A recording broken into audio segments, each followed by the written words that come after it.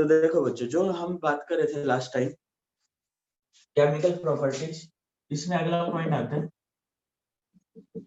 Reactivity toward oxygen. क्योंकि फटाफट तैयारी खींच लो, एग्जाम सिर पे आने वाला है तुम्हारे। तो जब हम बात करें रिएक्टिविटी टुवर्ड ऑक्सीजन, तो इसमें क्या होगा, जब हम इसको ऑक्सीजन के साथ रिएक्ट कराएंगे तो क्या बनाएगा। अब जैसे देखो नाइट्रोजन है, और जैसे मान लो मैंने कोई भी एलिमेंट लिया, मान लो मैंने E लिख दिया प्लस में ऑक्सीजन, ये क्या बनाएगा, ये ऑक्साइड बनाएगा। यहाँ पर ऑक्साइड दो तीन टाइप से बनाएंगे, कोई एक फिक्स ऑक्साइड नहीं बनेगा।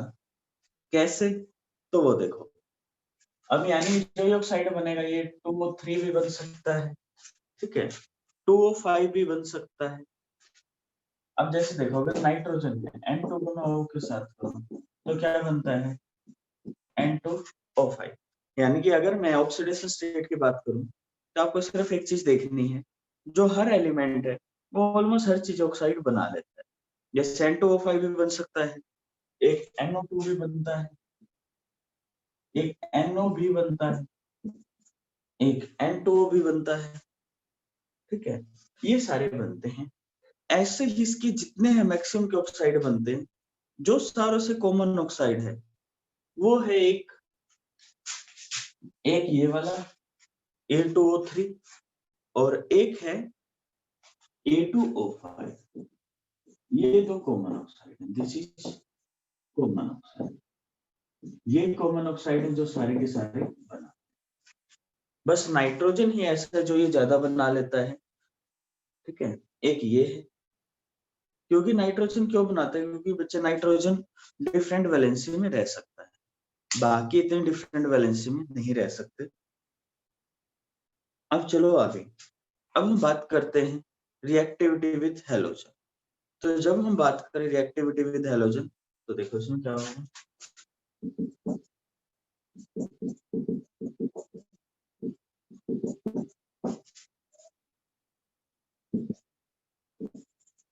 तो जब हम यहाँ बात करें रिएक्टिविटी विद हाइड्रोजन तो इसमें देखो क्या होगा, जब हम हैलोजन के साथ करें तो कुछ ऐसा होगा, मान लो हमने ये लिया नाइट्रोजन लिया, X2 ले लिया, तो नाइट्रोजन क्या बनेंगे, मान लो NX3। अगर इसकी जगह मैं फास्फोरस ले लूं, X2 ले लूं, तो बच्चों इसके बन जाएंगे PX5 और X3। यानी कि जो फास्फोरस है ये 5 बॉन्ड बना सकता है, जो नाइट्रोजन है ये कितने बॉन्ड बनाता है, 3 बॉन्ड ही बनाता है सिर्फ, क्योंकि इसके पास लोन पेयर नहीं होते।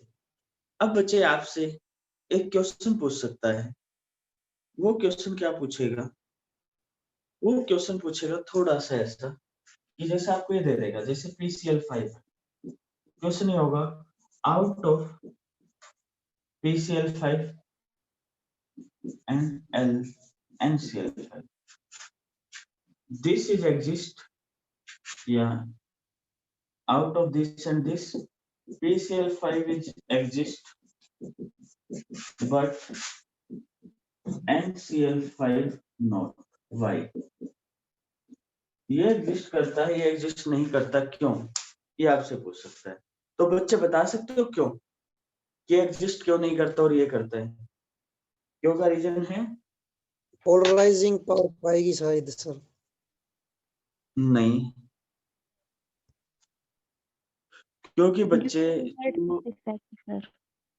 बेटा इनर्ट पेयर तो इसमें लगेगा ही नहीं, वो तो तब लगेगा जब n की वैल्यू 4 या 4 से ज्यादा हो। हाँ तो तभी तो जो फास्फोरस है उसकी वैल्यू ज्यादा और नाइट्रोजन की कम है, इसलिए वो हो जाएगा सर। बेटा मैं क्या कह रहा हूँ, इनर्ट पेयर में क्या होता है, वैलेंसी 5 के घट के 3 होती है, नाइट्रोजन 5 बना रहा है, फास्फोरस नाइट्रोजन 3 बनाता है, 5 नहीं बनाता है, जबकि फास्फोरस 5 बना लेता है। अगर फास्फोरस में इनर्ट पेयर इफेक्ट लगता है तो ये 5 बनाता ही ना, जबकि इसमें तो लगता ही नहीं, क्योंकि इसमें तो 3 होता है, n की वैल्यू 3 होती है, दोनों में नहीं है। NCl5 में d ऑर्बिटल तो है ही नहीं sir, non availability due to absence of d orbital, यही आपसे पूछना चाह रहा था। क्योंकि डी ऑर्बिटल 3 से स्टार्ट होती है और ये 2 की रेंज में आता है। फटाफट ये नोट कर लो, फिर आगे डिस्कस करते हैं।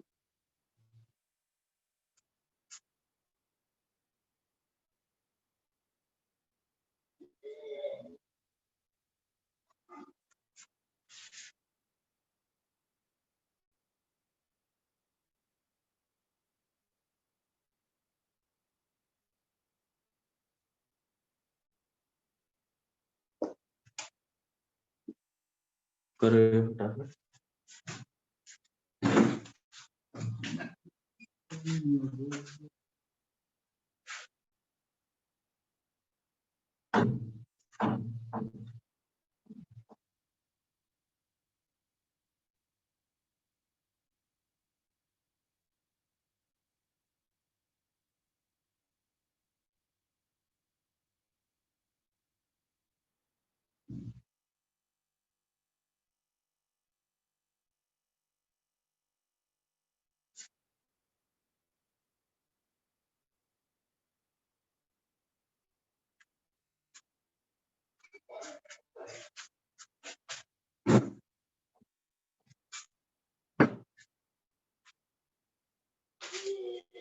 करो बच्चा करो।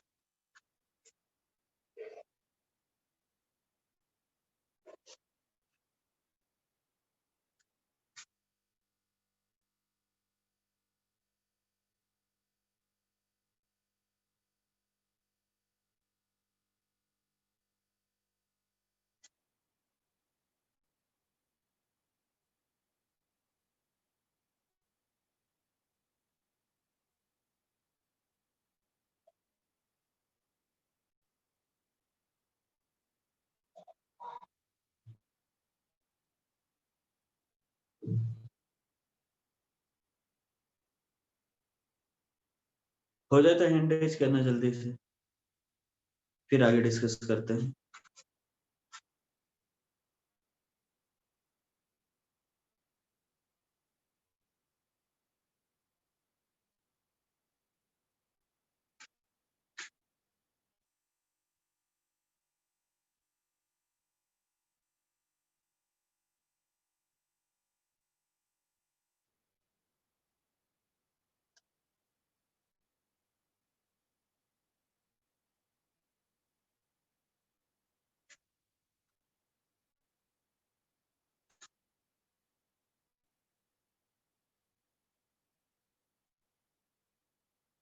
स्क्रीनशॉट ले लिया निशा?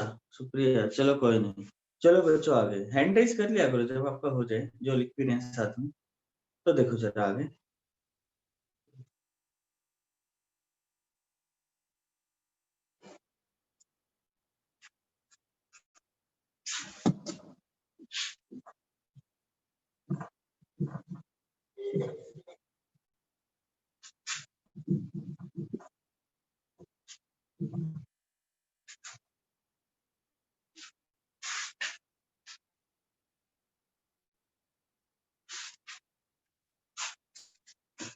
तो देखो जरा, अब सेकंड है बच्चों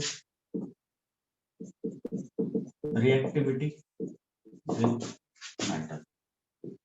इसमें क्या होगा जब हम मेटल के साथ रिएक्शन करें, तो देखो इसमें क्या होगा। अब नाइट्रोजन है, इसको किसी मेटल के साथ रिएक्ट करें तो Mn बना देगा, मतलब मेटल नाइट्राइड। और अगर मैं इसको सोडियम के साथ रिएक्ट करा दूं तो क्या बनेगा, Na3N, सोडियम नाइट्राइड। ऐसे बच्चों अगर मैंने आप कैल्शियम ले लिया प्लस में फास्फोरस ले लिया, तो यहाँ पर क्या बनेगा, Ca3 और P2, this is calcium phosphide, this is calcium phosphide, ये बनेगा। ये हो जाती है बच्चा आपकी सारी रिएक्टिविटी पूरी। इसके बाद हम चलते हैं नेक्स्ट, जो हमें कुछ कंपाउंड दिए गए हैं इसमें। तो वो पहला कंपाउंड है N2। तो बच्चे देखो, जिसे हम बोलते हैं नाइट्रोजन गैस या डाई नाइट्रोजन गैस। अब जब हम इसकी बात करें तो देखो, पहली बात तो इसकी अगर मैं ऑकरेंस की बात करूं, ये कितनी होती है, 78% अर्थ के ऊपर है। अब कहेगा कि इसकी पहले हम बात कर लेते हैं इसकी केमिकल प्रिपरेशन की, क्योंकि आपको 3 चीज हर जगह मिलनी है, प्रिपरेशन, फिजिकल प्रॉपर्टी और केमिकल प्रॉपर्टी। चाहे पहले मान लो इससे नाइट्रोजन है तो फिजिकल प्रॉपर्टी डिस्कस कर लेते हैं, फिर प्रिपरेशन कर लेंगे। तो जब बच्चे मैं इसकी फिजिकल प्रॉपर्टीज की बात करता हूँ, तो देखो ये क्या होती है, गैस होती है, कौन सी होती है, कलरलेस गैस होती है, ठीक है, colourless gas, non toxic, non soluble in water,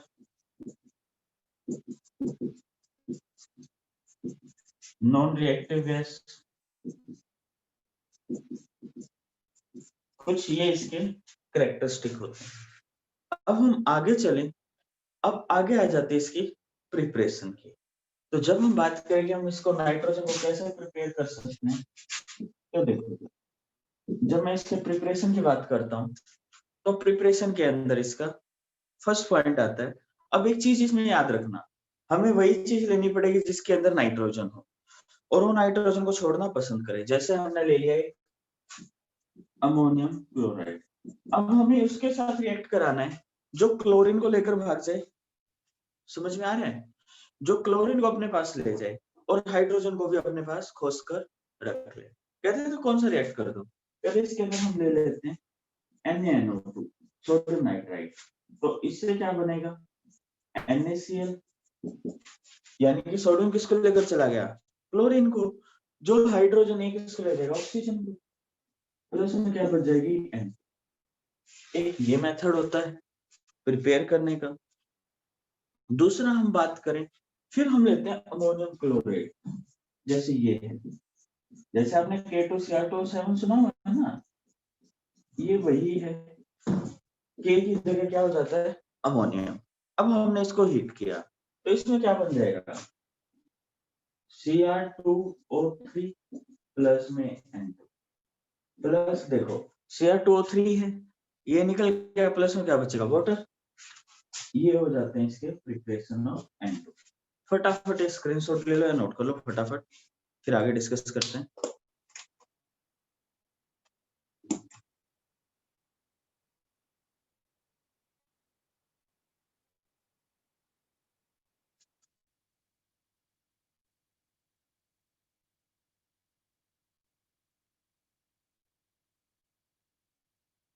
फिर हमने इसका जो डिस्कस करना है वो आ जाती है इसकी कुछ केमिकल प्रॉपर्टीज।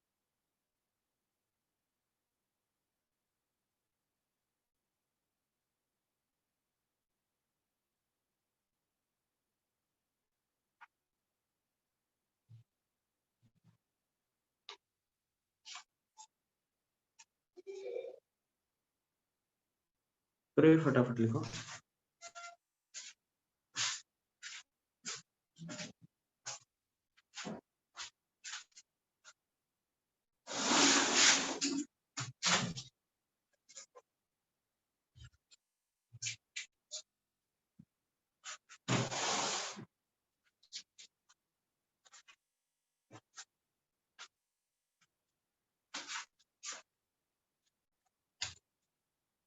हाँ बच्चों हो गया, गुड।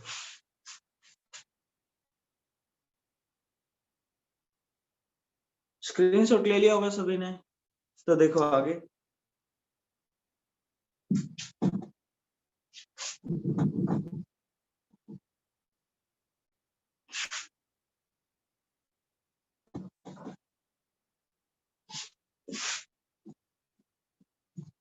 अब ये तो हमें पता है बच्चों की, तो नाइट्रोजन गैस से ज्यादा रिएक्ट नहीं करती, कम ही रिएक्ट करती है। तो इसकी एक प्रॉपर्टी जो आपके यहाँ पर लिखी हुई है केमिकल प्रॉपर्टी की, जो फर्स्ट वर्ड पर मेंशन है,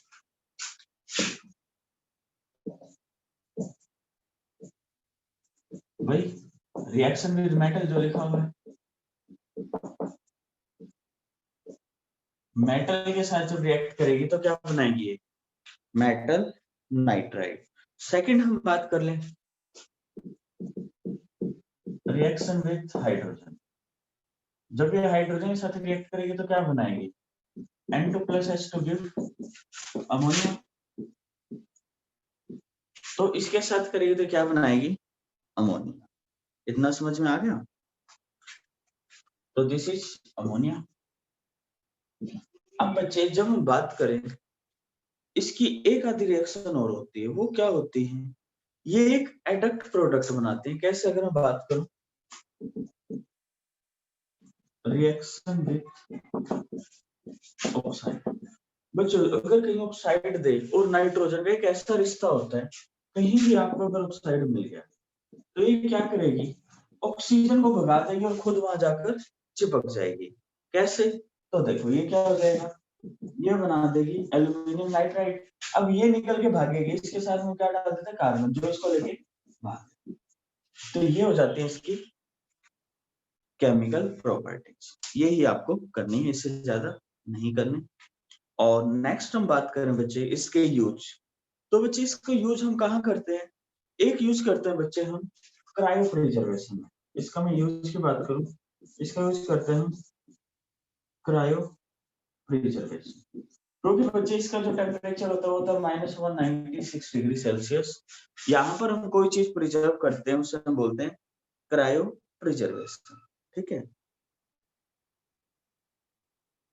जिसे हम अगर सर्जरी में यूज करें तो क्रायो सर्जरी बोल सकते हैं। और एयर में, उसमें टायर में फ्यूल भरने, वो हवा भरने में, उस टाइप में हम इसको यूज करते हैं। समझ आ गया होगा इतना?